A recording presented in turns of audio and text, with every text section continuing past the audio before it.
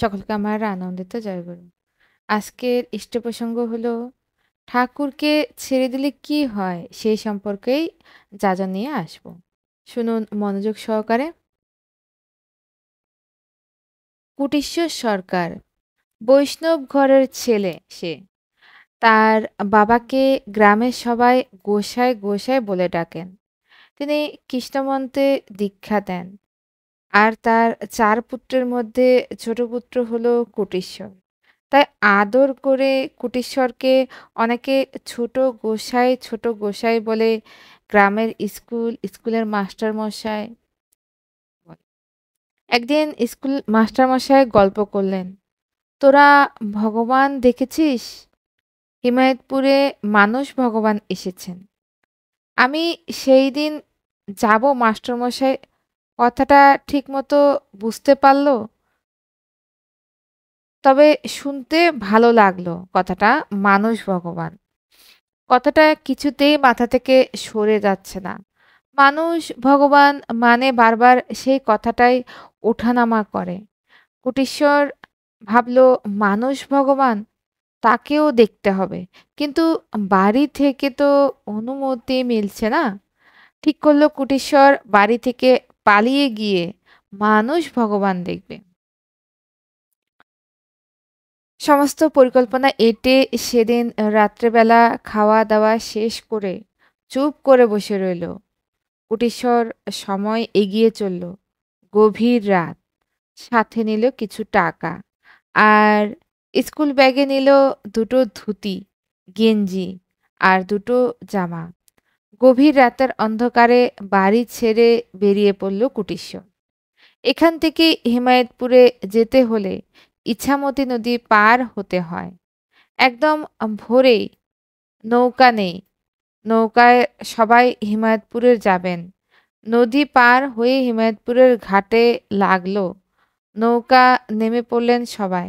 তাদের কারো কারো কাছ থেকে জেনে নিল কুটিশ্বর, মানুষ ভগবান দেখতে যাচ্ছি, কোন দিক দিয়ে যেতে হবে? তারা প্রত্যেকেই দেখিয়ে দিলেন। তাদের কথা মতো ধানের ক্ষেত ধরে মাঠের আল ধরে চলতে লাগলো কুটিশ্বর। অনেকটা বিস্তীর্ণ মাঠ পেরিয়ে মাঠের প্রান্ত। এরপর কোন দিক দিয়ে শুনশান মাঠ চোখে পড়ল। একটা ছাতিম গাছের নিচে একজন ভদ্রলোক দাঁড়িয়ে, পরনে সাদা ধবধবে ধুতি আর গায়ে একটা পৈতা। তাকে জিজ্ঞেস করল কুটিশ্বর, জেঠু, মানুষ ভগবান দেখতে এসেছি। তিনি কোথায়? তিনি হাত উঁচু করে খানিকটা দূরের একখানা চালাঘর দেখিয়ে দিলেন আর বললেন, তুই যা, আমিও তোর পিছন পিছন আসছি। তার নির্দেশ মতো এগিয়ে চলল কুটিশ্বর। গিয়ে দেখল নিচে একটা জায়গায় অনেকজন বসে আছেন। আর একটা চৌকির উপর বসে আছেন সে ভদ্রলোক, যিনি কিছুক্ষণ আগেই তাকে এখানে আসার পথ দেখিয়েছেন। ব্যাপারটা কুটিশ্বরের মাথায় কিছুতেই ঢুকলো না। ইনি তো পিছনে ছিলেন, এখানে এলেন কিভাবে? অপার কৌতূহল তখন।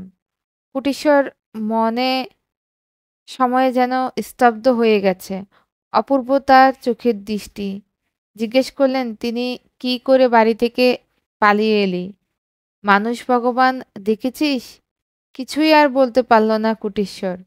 যাকে পেছনে ফেলে আসা হলো তিনি সবার সামনে বসে আছেন, আবার তাকেও এগিয়ে দিলেন। এটা কি করে সম্ভব? তিনি এই কি মানুষের চিরন্তন পথপ্রদর্শক মানুষ ভগবান? তিনি বললেন, বোস। এরপর বহুদিন কুটিশ্বর কাটালেন আশ্রমে। বিয়েও হলো। কেটে গেল বহুদিন। এলো সেই মুহূর্ত 1946, ২রা সেপ্টেম্বর। নোয়াখালীতে দাঙ্গা শুরু হওয়ার ঠিক ১ মাস আগে, আর দেশভাগের ১ বছর আগে এলো ঠাকুরের লোকরক্ষা এবং লোক সংগ্রহের উদ্দেশ্য। সেই ঐতিহাসিক মুহূর্ত।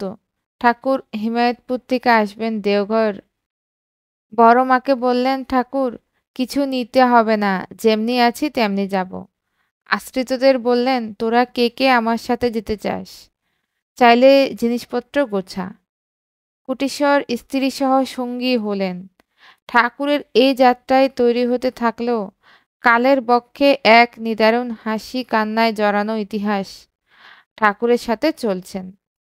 ট্রেন ভর্তি মানুষ। দেওঘরের পথে পাবনাতে সবকিছু চিরদিনের মতো ত্যাগ করে ট্রেনে প্রচণ্ড ভিড়। প্রচণ্ড ভিড়ের চাপেই হোক বা আশ্রমিক জীবনের কষ্ট সহ্য করার আনিতেই হোক, ঠাকুরের অনুমতি না নিয়েই বর্ধমান স্টেশনে সস্ত্রীক নেমে পড়লেন কুটিশ্বরদা। কারণ বর্ধমানে কুটিশ্বরদার একটা বাড়ি আছে। ঠাকুরই তাকে আগে আদেশ দিয়ে এখানে বাড়ি তৈরি করিয়েছিলেন। স্ত্রীকে নিয়ে চলে গেলেন কুটিশ্বরদা বর্ধমানে। নিজের বাড়িতে সাংসারিক জীবন, নতুন পরিবেশ, নতুন সংসার সাজাতে এতই ব্যস্ত হয়ে পড়লেন যে ভুলেই গেলেন ঠাকুর অতগুলো লোককে নিয়ে কিভাবে দিন যাপন করছেন দেওঘরে। নতুন পরিবেশে যথাসময়ে এক পুত্র সন্তানের পিতা হলেন কুটিশ্বর। স্ত্রী পুত্র সংসার আনন্দেই কাটছে। এই তো বেশ, ভালোই আছেন। ঠাকুর দেওঘরে এতগুলো লোকের দায়িত্ব কিভাবে সামলায়? কি হবে ওইসব জানে? কি হবে অযথা অত কষ্ট করে আশ্রমে জীবনযাপন করার? দেখতে দেখতে কেটে গেল ১২ বৎসর। অতঃপর হঠাৎ একদিন মৃত্যু হলো সেই ১২ বৎসর সন্তানের। দ্বিতীয় সন্তান নিলেন, কিন্তু সে জন্মালো মৃত। তৃতীয় সন্তান মাতৃগর্ভেই মারা গেল। চতুর্থ মেয়ে সন্তান জন্ম নিল কুটিশ্বরদার। ভেবেছিলেন এও মারা যাবে, সেই দুঃখে তার নামও রাখলেন না।